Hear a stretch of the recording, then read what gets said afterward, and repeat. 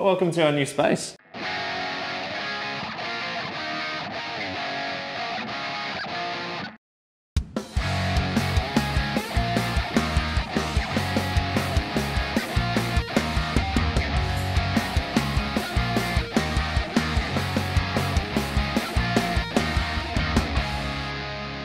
We had a hiatus. It wasn't planned, but Yeah, I went to Europe. I got engaged. Oh, Spoiler alert. look at that! Life has changed.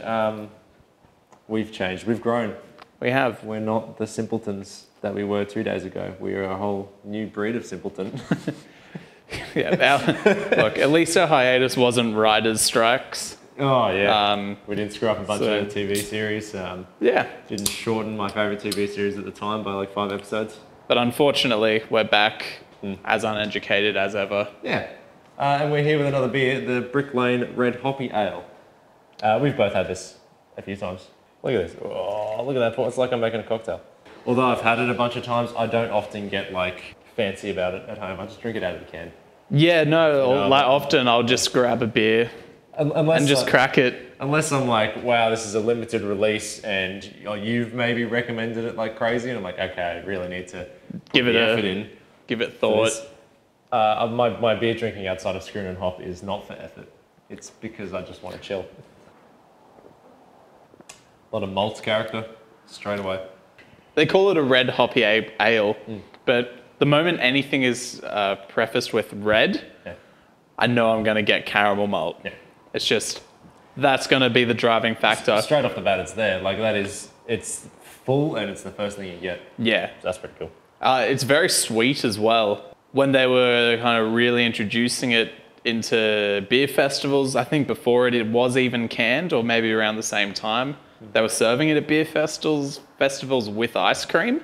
Oh, right. You're saying this. That's what I had. You're the one that had it. I'm the one that's had it. I just know that they did it. Beer and cider last year, I went with my brother. The wrap up in Queensland is mates with our boss. He's like, yep, you have to have this. You pour the beer off tap into that, and then you pop the ice cream in, and you basically swirl that around and eat the ice cream. As you swirl it. And then drink. And then drink the beer. Wasn't sure how I'd feel about it. I felt great about it. No, like... Yeah.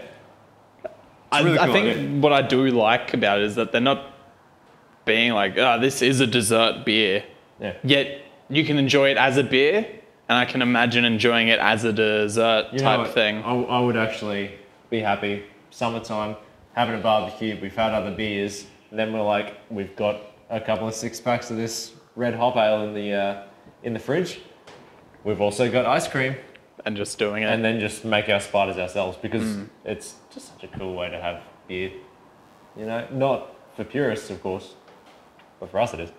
Yeah, it's interesting. But and they do say hoppy. I do get it. It's definitely pretty much only in the very aftertaste. I was going to say, it's right at the end, yeah. And you just get that kind of like, it's not grassy, but it's like, what's at the end of a grassy taste? It's kind of that level of grassy. What hops did they say on there? Centennial, Simcoe, Amarillo, and Mosaic. Centennial, Citra, Amarillo, Simcoe, Mosaic. Yeah, so there's a few. Yeah, they've also got what? Pale malt, Munich malt, Caramba. I'm going to say some of these wrong. Cara Red, and Caroma or Cararoma. Yeah, I don't know. A lot of Caras. This is the Brick Lane Cara Ale. I'd buy it again because I already have bought it again. So I'm on the fence about buying it again. If I wanted this kind of beer, but this isn't usually the beer that I would go for. No. So, like, unfortunately, sessionability for me is probably down at a 2. I don't really... It's not the style of beer that I want to drink much. No, I think the sweetness will get old. We've found that with a few other beers like the Kolsch and things like that, where we don't particularly enjoy beers that have that sweet flavour in there.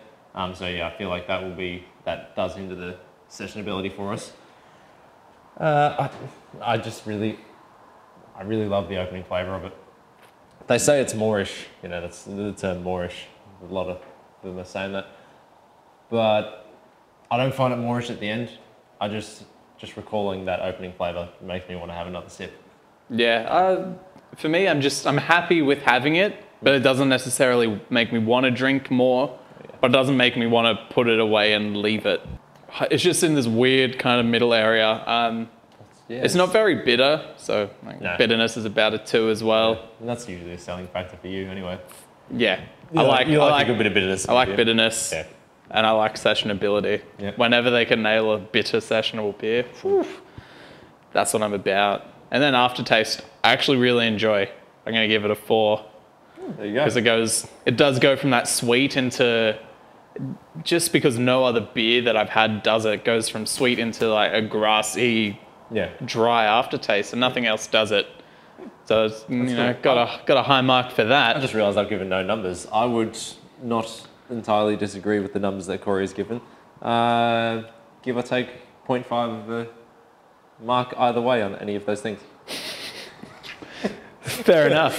But yeah, would I get it again? Probably not. If I had to be definite, probably not. That's what we are. Definite. We set our decisions in stone. I definitely probably wouldn't have it again. And I definitely probably would. I like that. Yeah. Well, I really enjoyed revisiting their pale ale. Yeah. Which we did that in cans. So it's in cans now. Yeah. We had it season 1 where it kind of first came on the market, or reasonable, or at least when Steel first. Yeah, brought up to Plainland here. Back then, we had a noticeably copper flavour in it, which we felt was reminiscent of like your premium lagers of Australia.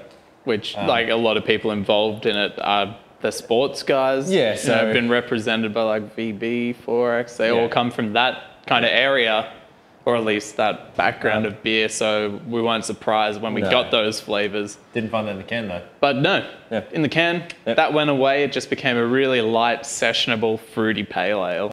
They also have a lager. That's it's a lager. Yeah, it's as much as we say that like a lot of these beers, there's a lot that's like really stands out, and there's a lot that kind of blends in the same area. I would say lagers are like the most extreme of that, where a lot of lagers are just at the same level, and then you get the odd one that's like that's exceptional. Yeah. Oop, that's the microphone. Sorry, fluff sounds. Be sure to follow us on Instagram. We're there. We also have a podcast which we decided to redo. Because we weren't that great the first time around. Yeah, maybe we're not that great now, but it doesn't really matter. That's not great. The next time. I'm happy with that. We've been Schooner and Hopp. This has been our shed. Yeah, welcome. Yeah. Cheers. Cheers.